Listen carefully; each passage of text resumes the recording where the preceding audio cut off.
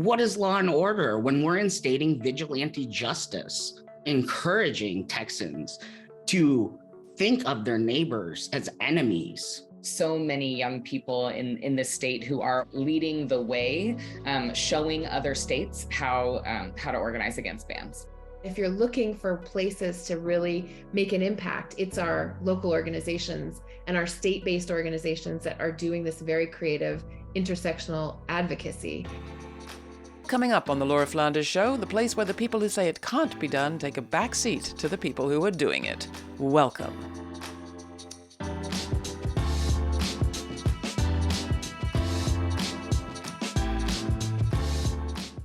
A year after the Supreme Court overturned Roe v. Wade in a decision known as Dobbs v. Jackson Women's Health, restrictions on abortion have expanded in more than half the states and, driven by many of the same forces, as we know, anti-queer and anti-trans bills have flooded state legislatures.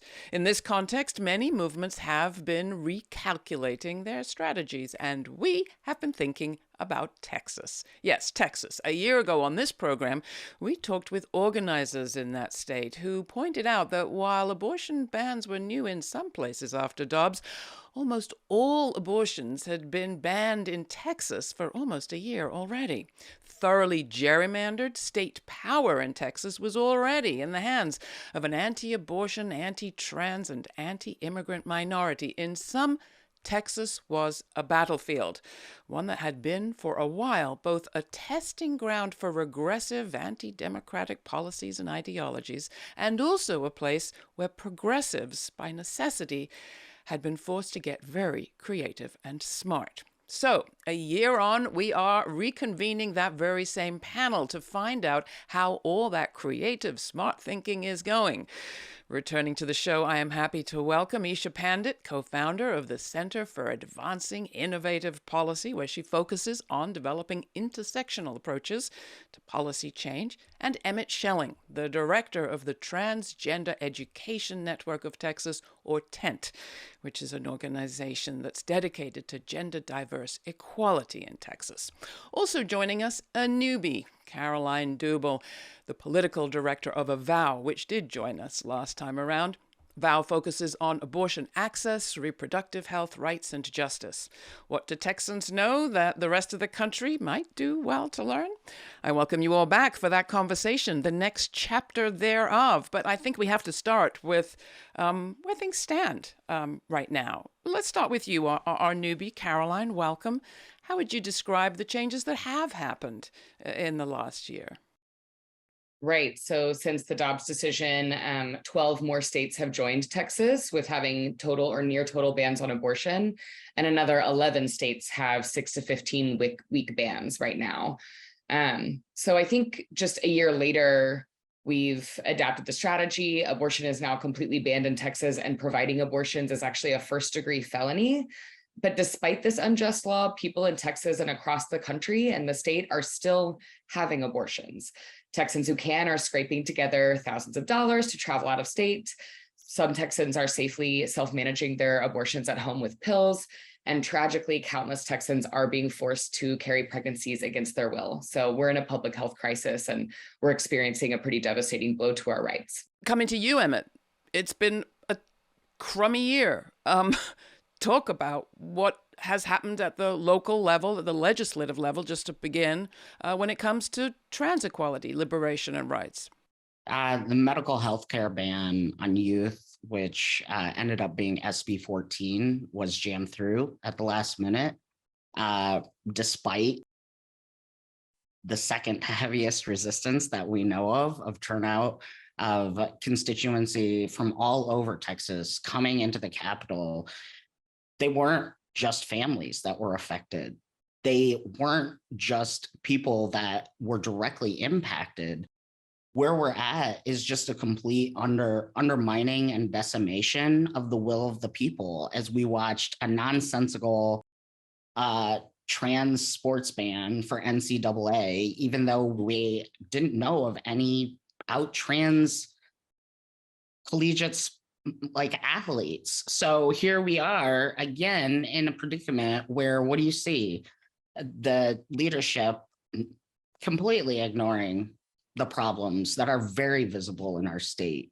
Particularly the politicians who told us that, yes, they're overturning Roe, but they really care about families. They really care about how now they're going to double down on supporting families.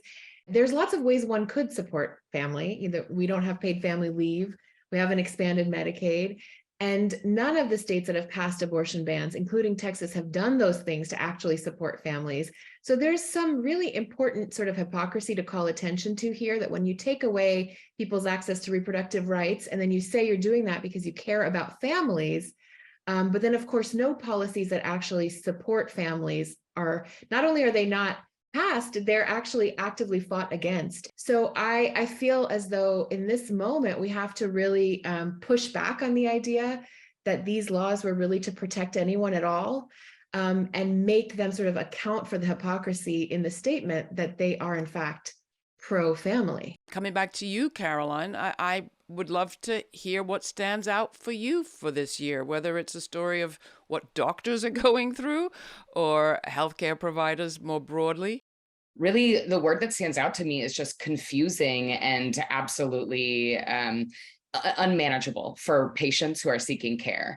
When every day you hear on the news a different headline, or a different lawsuit has been filed, or a new law has been filed in another state, you don't know what care is available to you. So when people are seeking care in Texas, they are met with misinformation. We also have these things called crisis pregnancy centers, which we call anti-abortion centers in Texas, which are fake clinics that are designed to manipulate and trick pregnant people out of seeking abortion care. Sometimes that means that they outright lie to them about what stage of pregnancy that they're at, so they cannot access care at all. The thing that some of these laws do as well is target the support network of the pregnant person. So you're looking at parents, family members, friends, neighbors. When you create this bounty hunter system where anyone can report to anyone for violating anti-abortion laws, then you create a system where regular everyday people are policing their neighbors, and that makes it scary to ask for help. That makes people feel afraid in their own communities, and makes it a very isolating experience to seek care. Emmett, coming to you, what stands out for you from this year? A story, a person, a situation? What sticks out to me is the resilience, the forced resilience, let's just name that, the forced resilience of Black trans folks, Indigenous trans folks, trans people of color, trans people in general, families with kids that they're just trying to protect and raise. And the trauma, if anything sticks out to me right now, is the trauma. And really looking and examining, right, the reality of what is reality, what are facts. When the same people say law and order and uphold that, what is law and order when we're instating vigilante justice, when we're encouraging Texans to think of their neighbors as enemies, to think of each other as characterizations of things we just simply aren't? As a trans person, being called a pedophile because of who I am, because of the struggle that I've gone through to be who I am and exist in this world. And we talk about freedom and liberty and the ability of self-agency. What a joke. I'm coming to you, Eesha. Clearly, there are legislative responses, there are electoral responses, there are legal responses, there are corporate activism responses. Which of any of those have you been involved in? Do you see hope in? We are making the best of what we can. We're trying to protect people's rights as much as possible, and that often looks like stemming a legislative tide rather than enacting proactive things that will actually protect us and our families and our vision for our state. I also think it's really important to pay attention right now to, all these things that we're talking about, the way that they're enforced, the way that the anti-trans bills are enforced, the way that the anti-choice bills are enforced is through an increased criminalization of people who participate in these things. People are being targeted. And that's something that we know is often the way that the arms of the state enact and pressure people into submission, right? So this is a moment, I think, for us to pay close attention to what's being criminalized, but also who's being criminalized. For us to not tie a racial justice anti-criminalization strategy onto our movement work, which for too long many organizations did not do, I think is a major gap for us. How does that look for you at Avow, Caroline? So yeah, in order for these bans on healthcare to be enforced, they require policing and surveillance and criminalization. So we really need to look to the leadership of Black advocates, people who have been fighting the carceral state for decades, because they were warning us about the dangers of criminalization and over policing and surveillance long before this abortion ban existed. This is affecting everybody, no matter if you are a cisgender man, a transgender man, a trans woman. It is affecting everyone, not just cisgender women with abortion access and care, not just cisgender heterosexual families. When we talk about big government literally penetrating in and breaking the sacred relationship that a physician has historically always had with a patient or a parent who is trying to just get their kid health care. How do we do this? Caroline, I saw some reporting on your organization, Avow, doing canvassing in the Dallas area, having those conversations on the doorstep that perhaps could get beyond the rhetoric. Yeah, so Avow really, after the Dobbs decision came down, we sat down as a staff together and thought, what needs to happen? We're sick of playing their game, going to their Capitol building and responding to their fascist legislative attacks against our bodily autonomy. So what do we want to do to counter this? And a big thing that came out of those conversations was culture change work. So we really have started just going door to door in a suburb of Dallas to talk to moderate voters and ask them about abortion. Sometimes these conversations range from 45 minutes to 2 hours. We usually have people at the doors who have had abortions, who live in that community, can speak to their own community members about what their experience was like. And this just helps start to unravel some of the stigma, the deep-seated stigma that people have about this thing, which is completely normal. I always tell people abortion has existed as long as pregnancy has existed, because people have always needed to terminate pregnancies for health or personal reasons.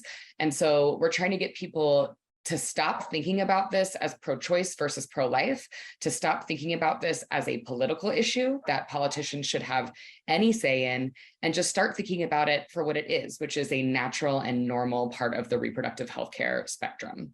You talked last time we spoke, Eesha, about the need for a long-term strategy in a gerrymandered state. How do you keep people engaged in the democratic process and underscore that it is still important for them to cast a vote?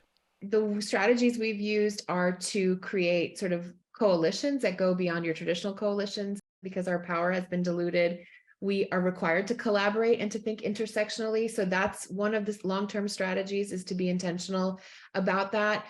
And then, of course, I think, there was a lot of attention on Texas in the past year, and has been over the reproductive justice issues and the trans justice issues that we've been seeing.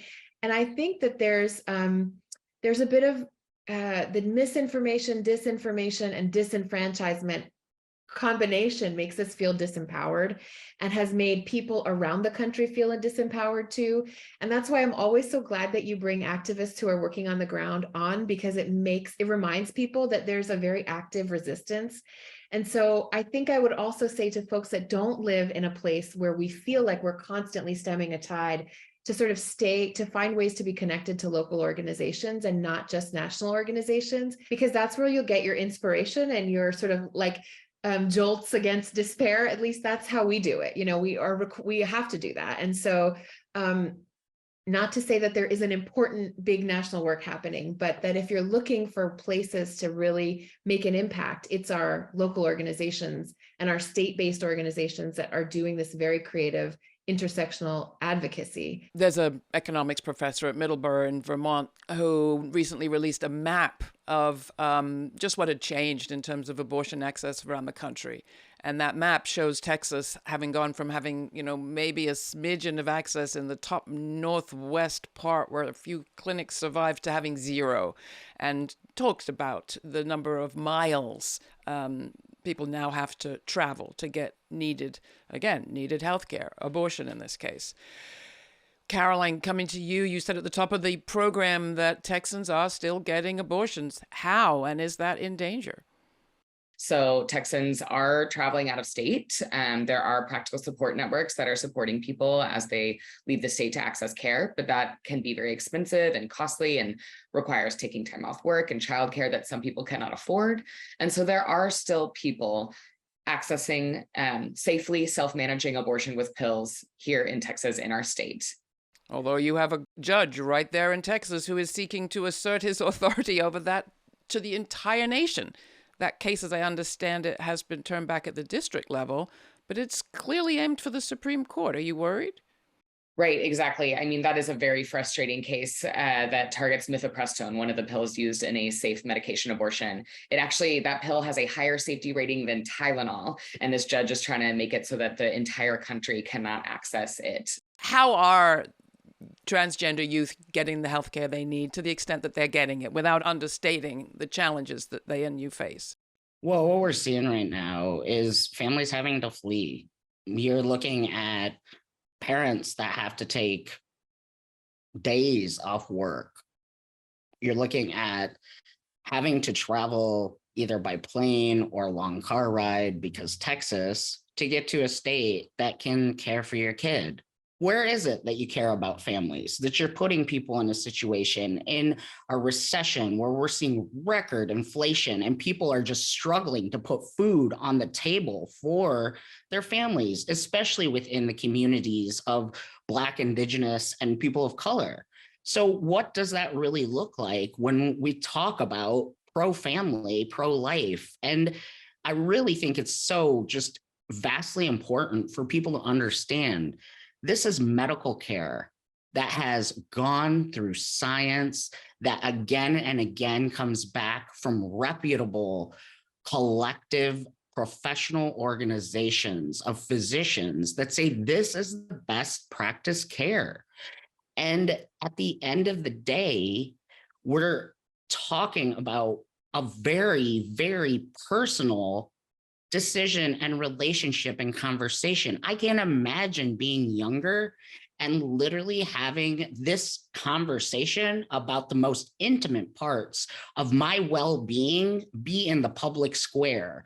And this is what we're talking about from leadership that claims that they are pro-family, that claims they hate big government intrusion, that claims all of these nonsensical things, that they care about kids and they let our kids get massacred in schools. That's where we're at. What is your message to people outside of Texas about what they need to learn from you all? I mean, let's just do a go-round. Caroline. One thing I always want to tell people to look to, I think there sometimes is a narrative that young Texans, young people are not as concerned about maybe the original generation that fought for abortion rights, some of the feminists from the 70s. And I always like to flip that on the script because like Emmett mentioned, our younger generation is inheriting this world where the cards are completely stacked against them. There's a threat of climate disaster looming. There's a total normalization of their constant safety being called into question with mass shootings. And again, they are facing and navigating some of these really cruel abortion bans. So we've seen young people in this state do so much in response to this. It maybe just doesn't look like traditional advocacy, but we've seen young people help their friends drive across state lines to access care. We saw Olivia Juliana, who's a teenager, calling out anti-abortion extremist Matt Gaetz on Twitter. And through that Twitter exchange, she raised $700,000 for abortion funds in the process. We've had volunteers host knitting circles to raise money for us. We've seen online activists leave these horrible reviews of those fake crisis pregnancy centers online so that people know not to go to them. And in Texas, we have some amazing mutual aid and abortion fund organizations like Buckle Bunnies, who were founded by 20-year-olds and are completely run by people under 30. So there are just so many young people in this state who are organizing and sort of leading the way, showing other states how to organize against bans. The thing I would add is like the moment of the rulings, those are flashpoints. And I think what people who don't live here can do, and even people who do live here can do, is find ways to stay connected beyond those flashpoints. That's what we need. We need sort of boots on the ground. We need people showing up. We need people doing the sort of canvassing work. And then, of course, I think, if you're one of the things that we really have to do is make sure that we're paying close attention to the voter suppression efforts that are going on in our state and in other states. I think that's really the one of the things if you care about any of these issues, you have to pay attention to. That's where the democracy piece comes in. That's where the democracy piece comes in, because I think we have this idea that democracy is sort of a static thing, and we're now having to reconfigure, and we have been doing this in our state for years, right? Like having to configure that the policies that are passing are not democratically won here, right? That there's a small minority of people who are making decisions for the majority of us. And our job now is to be really vigilant about our right to vote and make sure that that's part of all of our advocacy. And Emmett, from you, learnings from Texas. For me, getting to see young people find their power, young trans folks, like actually dig their heels into understanding that they're powerful. They are worth listening to. They have great ideas, and they understand more than anyone what a mess we are in, because they've grown up always having access to information that can tell them what a hot mess they're in.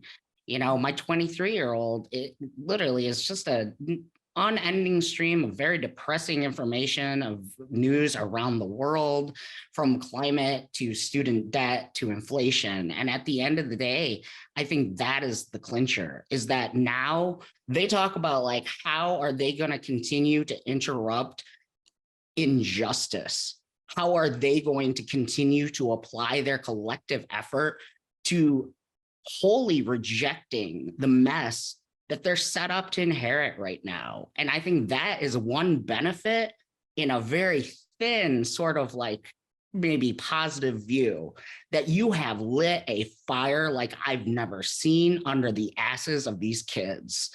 And let me tell you, they will keep coming because they got energy like I don't have. Yep. None of us do. We're old. Yeah. So I'm going to close. I think you've taken us there, Emmett, but with the question we always ask at the end of the program, which is, what do you think the story will be that the future tells of now? I think last time we said the story will be that a lot of people will wake up to why they should pay more attention to Texas. I don't know. You can't use that answer again. But Eesha, what do you think the story the future will tell of this moment? I think it's going to be that young people don't need the argument that intersectionality is the way. They know it. They're living it. They're living it. They're breathing it. And they're showing us how to put it into practice. Emmett? I think in the future, when we look back on this, it's going to be shame.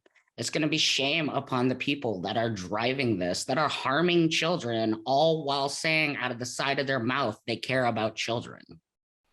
And Caroline?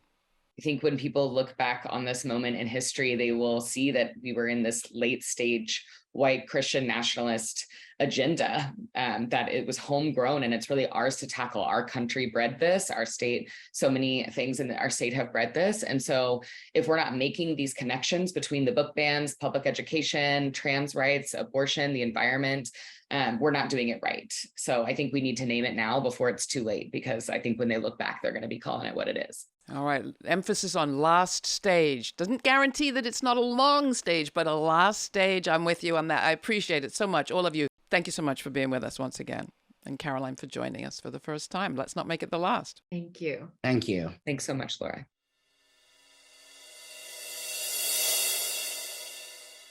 While our money media and apparently our human hunt-or-be-hunted brains are more drawn to bad news than to good, there was some good news coming out of state legislatures this session. Take Minnesota. There, a Democratic supermajority was finally able to codify abortion rights into law and pass legislation improving lives for trans people, voters, tenants, and workers. And Michigan's not far behind.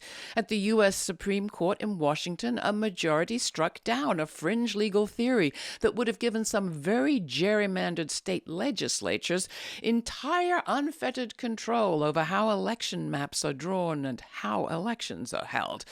We're wondering now what happens in North Carolina, the source of the case in question, where we've been following the gerrymander question, and you can find that episode in our archives. Meanwhile, what I'm hearing from Texas is even as fortune favors a prepared mind, so too does progress, and they, progressives in Texas, are preparing the ground for changes that may be happening underneath.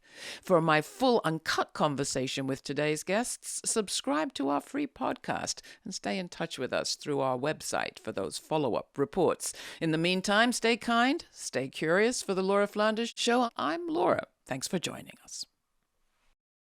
For more on this episode and other forward-thinking content, subscribe to our free newsletter for updates, my commentaries, and our full uncut conversations. We also have a podcast. It's all at lauraflanders.org.